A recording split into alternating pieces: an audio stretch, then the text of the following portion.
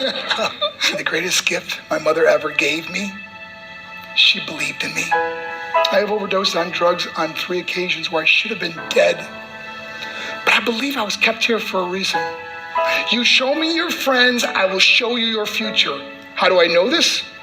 I hung out with losers, and I became the biggest loser of them all because I gave up everything I dreamt about as a little boy because of who I chose to surround myself with. My friends would drive me home at 2, 3, 4 in the morning. We'd be drunk and high, laughing in the car. We'd pull up in front of my house in New York. They go, Mark, the light's on. I go, oh man, my mother's up. See, my mom wouldn't go to bed until she knew her son was still alive. I'd walk in, she'd say, hi, Mark, how was your night? I go, it was good, Mom, I'm just gonna go to bed. She goes, can I talk to you for a minute? I go, Mom, I'm tired, I'm just gonna go to bed. She goes, Mark, I haven't seen you all day and all night. Can I please talk to you? I said, man, just leave me alone. You bug me. I'd slam my bedroom door on the one person who believed in me. I was on a worldwide tour and we were wrestling overseas in Japan. After my wrestling match, I went upstairs in my hotel room and I fell asleep. There was a knock at my door at 3 o'clock in the morning. I got out of bed, I looked through the safety window and I could see it was a Japanese promoter. So I opened the door and he said, Mark, you need to call home. There's been an emergency. I went and got on the hotel room phone. I called back to the United States. I said, hey, what's going on? They said, Mark, I don't know how to tell you this. I said, just tell me what happened.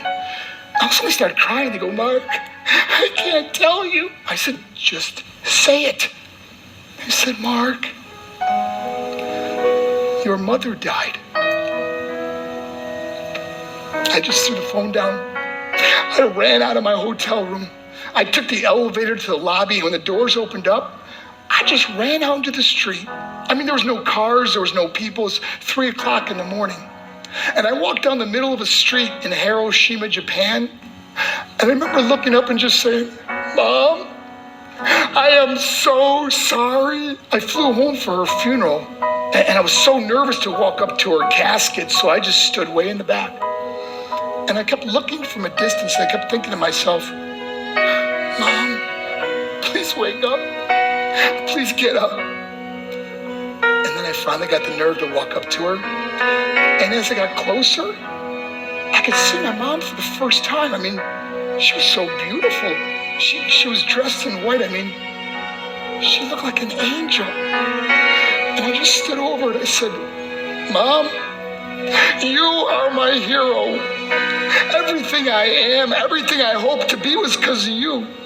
You loved me so much, you gave me a life. You're the only one that ever believed in me. How did I repay her? By getting drunk, by getting high, by getting stupid, by hanging out with losers? For what? All she ever wanted to do was talk to me. I wish I could talk to you now, Mom. I wish you could see what I'm doing. Why couldn't I have been a better son? We are defined by our choices. But if you surround yourself with people involved in drugs and alcohol and pills, it's a dead end. I'm not here to preach to you. I'm here to tell you I lived that life. It leads to broken hearts, broken relationships, broken dreams, and death. For what? To get high? If you have a mother or a father, when you go home, tell them how much you love them.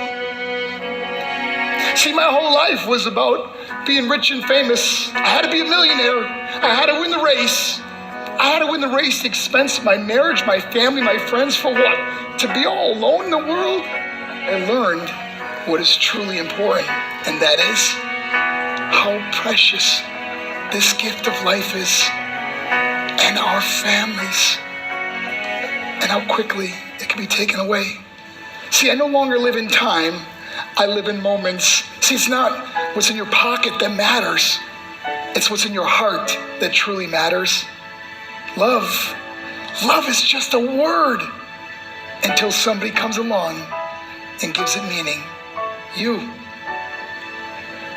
the meaning.